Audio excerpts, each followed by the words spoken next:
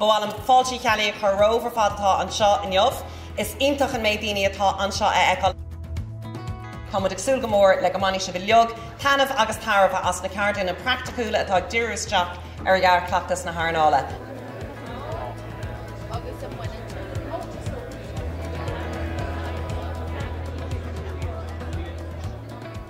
Tá tinál forbartha an speisialta camará go bhhéileidechas. Is rud fíor háhachtach go machmuid páirteach an seo, machmuid agrú seo.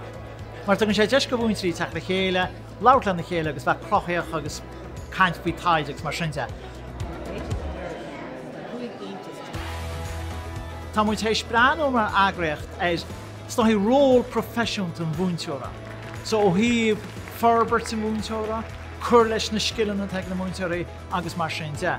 Ach freisin sin a tíhile gon scéal, tugann sé deisáin brean mo chin cín, sna blianta bega, cáil muinte gáil.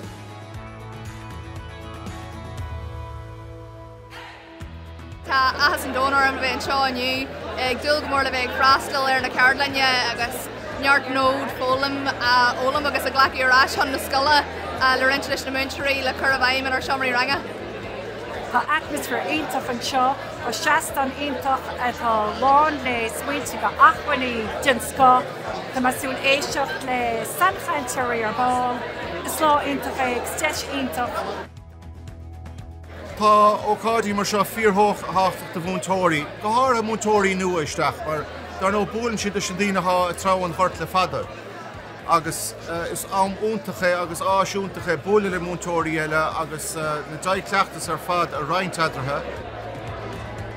Is múntóir faoi ilúnt mé tá duineh cuasa máisteir garmú san dachas os go na galamh faoi láthair.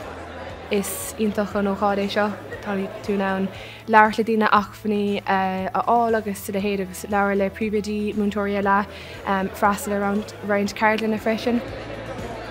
Is stocha go bhfuil siad an úsáideach fiú dúine agus muid ag olbhú chun dul amach na scola don sochachán dearnach.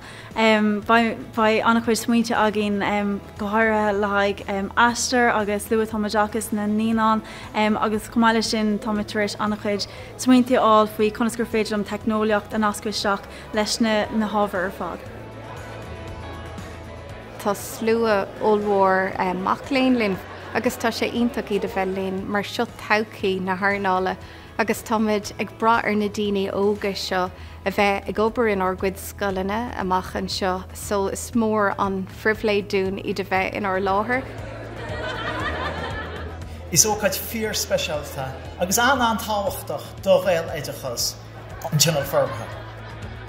Tugann sé deis go riine labhar na chéile, casal na chéile, éisteach le saneolalas, éisteach le taide, ach ámantí beidir níos táhachtaí éisteach le na chéile. Agus siga muid ar fád a síl gnóch na múnteoireachta agus na scalanna, bíonn sé sin an deachar é sin íana. Agus mar sin tá muid tharbhas hásta gúil gaiirí chamáile sin tinál forbartha agus is fád ánna seamach.